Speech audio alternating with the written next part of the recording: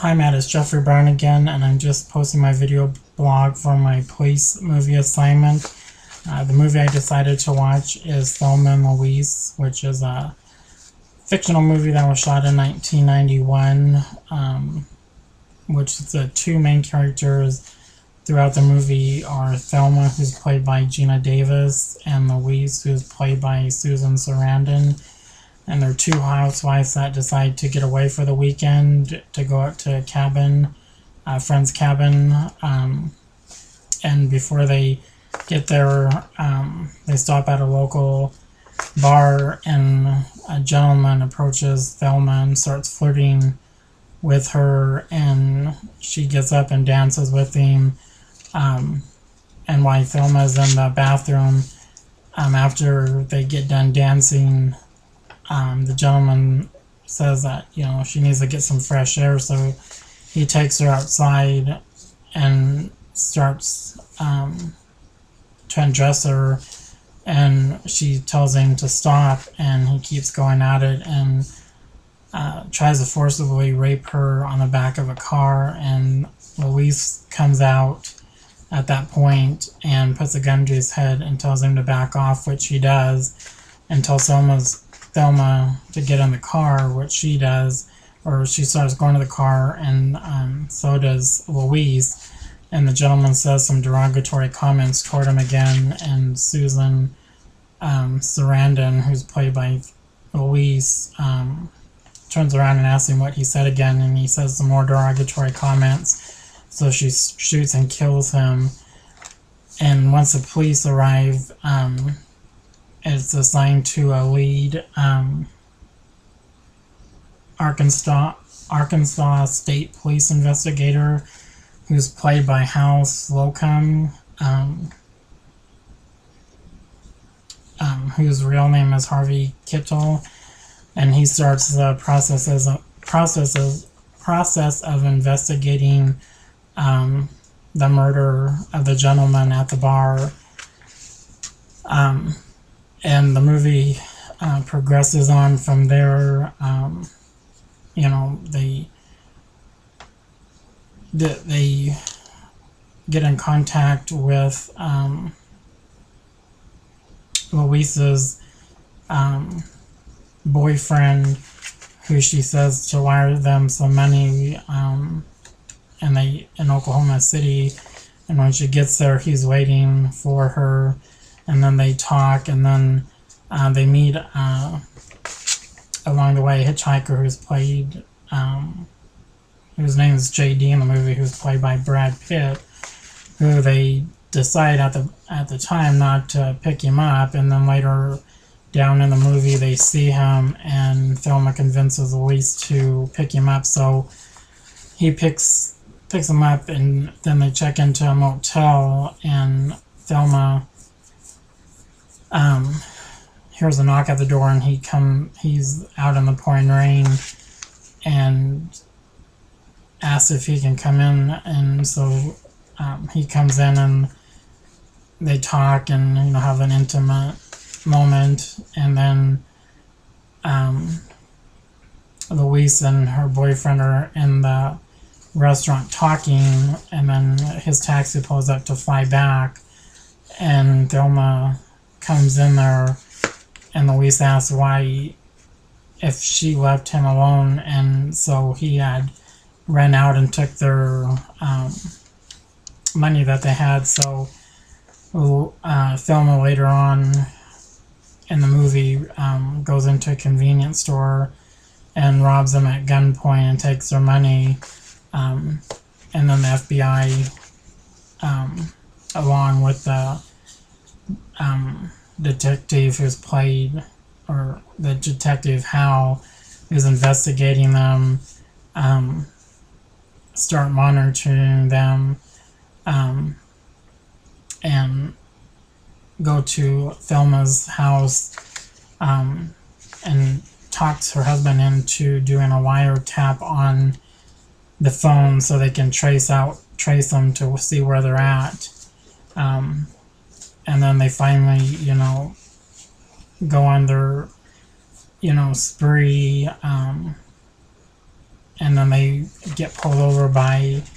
a state trooper, and then Thelma comes up to him as Louise is being had to get out of the police, or get in the police car with a state trooper, who's played by Jason Begee, and she forces him to get in the trunk, takes his badge, shoots the radio, and then they continue on, and then they make another stop, and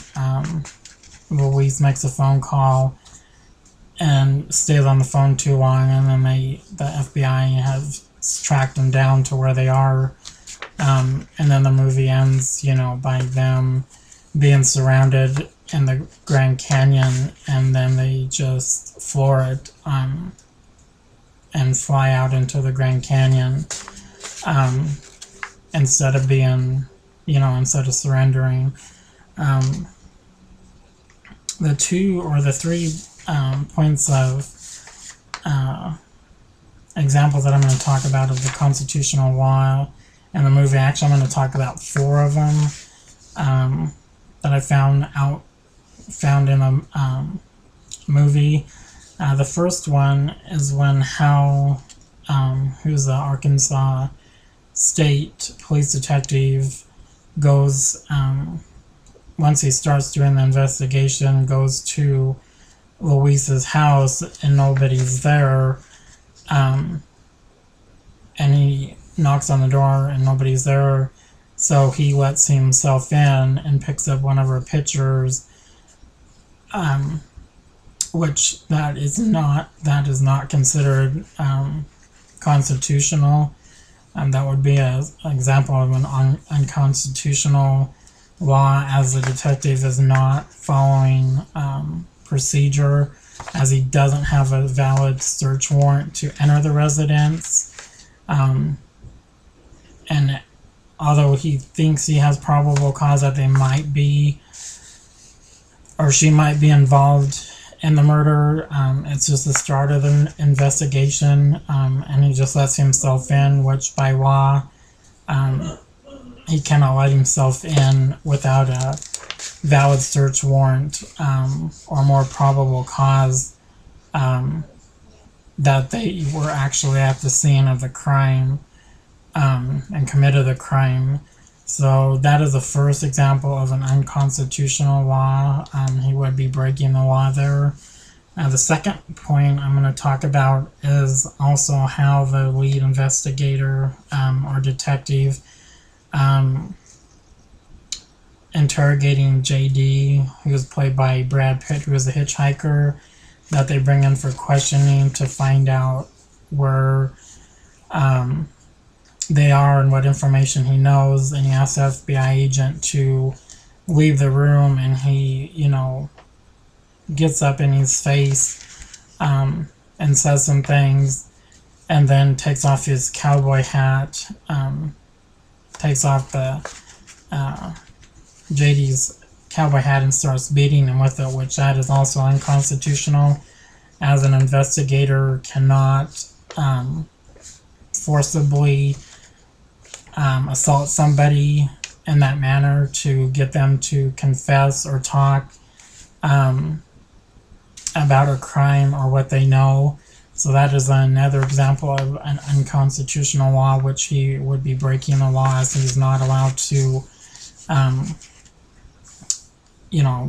do any physical harm, or even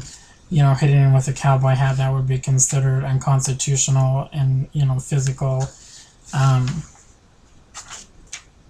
punishment. The third point I'm going to talk about is the Hound FBI wiretapping Thelma's husband's house, which that is constitutional. They do allow wiretapping, especially in cases such as the in the movie Thelma and Louise, where they committed a murder in one state, and then they fled to another state, and then they did Thelma did an armed robbery in one state, and then, crossed state lines in another state, so they can bring in the FBI, and to work with them where they're crossing state lines, because at that point it becomes a federal offense instead of just a state offense. So they do have the ability to do that and wiretap to track somebody. I don't think wiretapping is used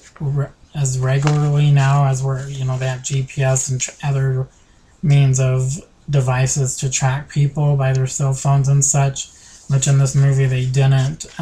because the cell phones were relatively newer, not even in use at that point in time back in the early 90s. But that is one other example of a constitutional law that they are allowed to do, where they have crossed state lines. FBI and the state police can wiretap a relative's or family member or friend's phone in case they call to find out where they are so they can locate them. The second or the fourth example, I know we're only going to do three, but the fourth example that I found in the movie is when the state trooper, who's played by Jason Bigall, pulls them over. That is constitutional because he did pull them over for speeding, so he does have the right, to, search their car if he so perceived. But as he pulled them over for speeding, he can question them, and he did ask for their, her license. The one thing that I probably would think would be unconstitutional in that traffic stop would be him taking her back to his patrol car, and putting her in the front seat, without him knowing any of the circumstances, because he hadn't called in the plate at that point. He had just initiated the traffic stop, and then went up to the car and then pulled Louise, who was a driver, out and brought her back to his car and putting her in the front seat, which I think that would be unconstitutional. Actually, wasn't detained or anything. Usually if they're gonna question him or detain him, they would either call on the plate first, which he was calling in at the time. Thelma had come up and pointed the gun at him and told him to get out of his car, and shot the radio, so he didn't have any reason to pull her out of the car, where she was just caught for speeding, and wasn't didn't have any other reasonable cause to search them or anything at that point in the scene. So those are my 4 points of examples in the movie, which I thought were constitutional and then unconstitutional. The reason I chose the movie, I don't know, I just liked the movie. I've always had an interest in it. I've watched it numerous times, and I just watched it again to get a refresher on this assignment. But it's just something that intrigues me as a movie, how it was filmed, the multiple agencies involved, like the FBI, the detective, the state police, so it encompasses all, kind of police work, and kind of details, not really, but kind of how each one operates. And that's fascinating to me to learn how each one works together or apart, and however they do it. But I just find it a fascinating movie to watch, and you know, I could just sit there for hours. I'm not one that likes to watch movies unless it's really entertaining and I can sit there and watch it. But you know, what's related to criminal justice and they're on the run, that's something that I always, you know,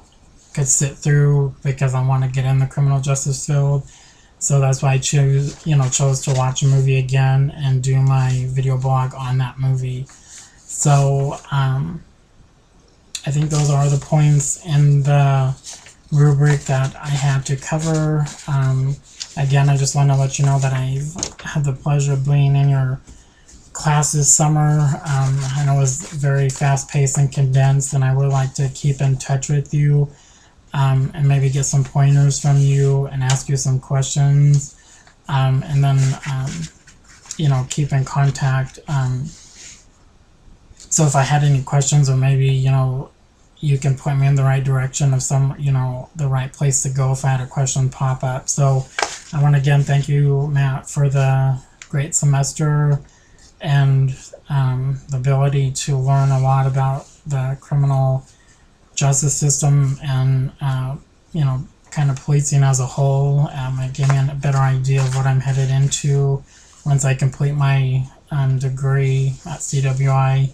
And actually, you know, started my career in law enforcement, and you know, that those many different avenues to be besides just a, you know, police officer. You know, there's detectives, FBI, you know, custom and border patrol agents. There's different areas you can get in, which also, you know,